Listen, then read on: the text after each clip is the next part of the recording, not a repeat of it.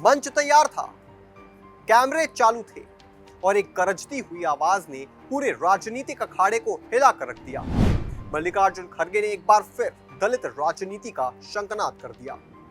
उनकी आवाज में गूंज थी, आंखों में आक्रोश और लफ्जों में एक ऐसी ललकार जो सत्ता के गलियारों में सिरहन पैदा कर गई। उन्होंने एक नाम लेकर सीधे आरोप जड़ दिए, जिसके जवाब में भाजपा सांसद खड़े हुए और संसद में जमकर हंगामा हो गया। लेकिन इन सब के बीच बीएसपी सुप्रीमो मायावती ने दलित के हितैषी बनने का अमली जामा ओढ़े मल्लिकार्जुन खड़गे से सीधा सवाल किया है। बताएंगे आपको ये पूरी खबर क्या है, पर उससे पहले आयोन भारत को सब्सक्राइब कर लीजिए। नमस्कार, मैं हूं आपके साथ स्नेही श्रेयस। आयोन भारत देख रहे हैं आप। राज्यसभा में राणा सांगा से लेकर सपा सांसद रामजी लाल की टिप्पणी पर खूब हंगामा हुआ। बीजेपी और उनके सहयोगी दल माफी की मांग पर अड़े हैं। हालांकि कांग्रेस ने इस पर पूरे विवाद पर एक नए तरीके से खुद अपने पैर पर कुल्हाड़ी मार ली है। इससे अब रामजी लाल और समाजवादी पार्टी के अलावा कांग्रेस पार्टी भी निशाने पर आ गई है। राज्यसभा में शुक्रवार को बीजेपी के सदस्यों ने राणा सांगा पर रामजी लाल की टिप्पणी का विरोध किया और मांग उठाई कि सपा सांसद अपने बयान को लेकर माफी मांगे।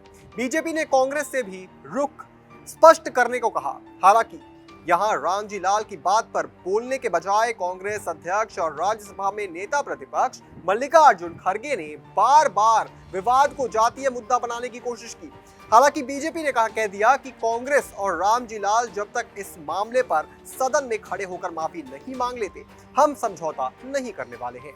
राज्यसभा में मल्लिकार्जुन खड़गे ने कहा, इस देश में जो भी देश के लिए लड़ रहे हैं, हम उनका सम्मान करते हैं, लेकिन इसका मतलब ये नहीं है कि कानून अपने हाथ में लेकर अगर कोई किसी के घर पर तोड़फोड़ करता है, ये हम बर्दाश्त नहीं करेंगे और इसका खंडन करते हैं। ये लोग सांसद के घर पर तोड़फोड़ करते हैं, उनकी गाड़ी को तोड़ते हैं, ये गलत हो रहा है। ये अपमान दलितों के खिलाफ हो रहा है, इसे कभी भी सहन नहीं करेंगे। अहम बात यह है कि मल्लिकार्जुन खड़गे ने राणा सांगा पर रामजी लाल की टिप्पणी को लेकर चुप्पी साधे रखी। मुद्दा पूरी तरह से भटकाकर राजनीति और जाति की ओर कर दिया गया था। तब इस बीच एंट्री होती है मायावती की। मायावती इस विवाद में क्यों कूदी और क्या कहा, जरा ये सुनिए। सपा को गेस्ट हाउस कांड याद करने के साथ ही उसका पछतावा भी करना चाहिए। आगरा की घटना की आड़ में सपा अब अपनी राजनीतिक रोटी सेकना बंद करे। आगरा में हुई घटना की तरह यहां दलितों का उत्पीड़न और ज्यादा ना कराएं। ये सारा खेल जाति का है। दलित लंबे समय तक बसपा का वोट बैंक रहा है। बसपा का प्रदर्शन 2012 के बाद से लगातार गिर रहा है। इस बीच उसके दलित वोट बैंक भी उस पर भी सीधे तौर पर सेंध लगी है। पहले भाजपा ने उसमें सेंध लगाई। हाल में ही 2024 में संविधान के नाम पर सपा और कांग्रेस ने सेंधमारी कर दी। इसका फायदा उनको मिला। यही वजह है कि सपा दलित मुद्दों पर लगातार मुखर है और उनके प्रति सहानुभूति का कोई मौका नहीं चूकना चाहती है।